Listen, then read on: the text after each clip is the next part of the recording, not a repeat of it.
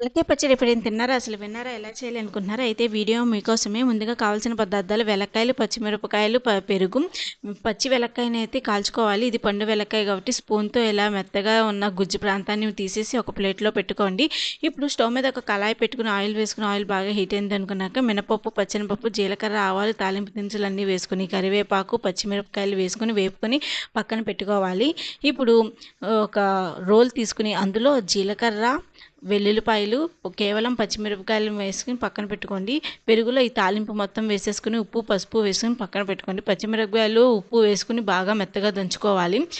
పచ్చిమిరపకాయలు దంచుకున్నాక ముందుగా మనం తీసి ఉంచుకునే వెలక్కాయ గుజ్జు కూడా వేసేసి దంచుకొని ఈ పచ్చిమిరపకాయలు, వెలక్కాయలను కలుపుకొని పెరుగులో వేసేసుకుంటే ఎంతో సింపుల్గా టేస్టీగా ఉండే పెరుగు వెలక్కాయ పచ్చడి రెడీ. మీరు కూడా ట్రై చేసి టేస్ట్ ఎలా వచ్చిందో కామెంట్స్లో చెప్పండి. ఒక లైక్, ఒక సబ్స్క్రైబ్ మర్చిపోకండి. ప్లీజ్ సబ్స్క్రైబ్ రాధమ్మ వంటలు. ఒక లైక్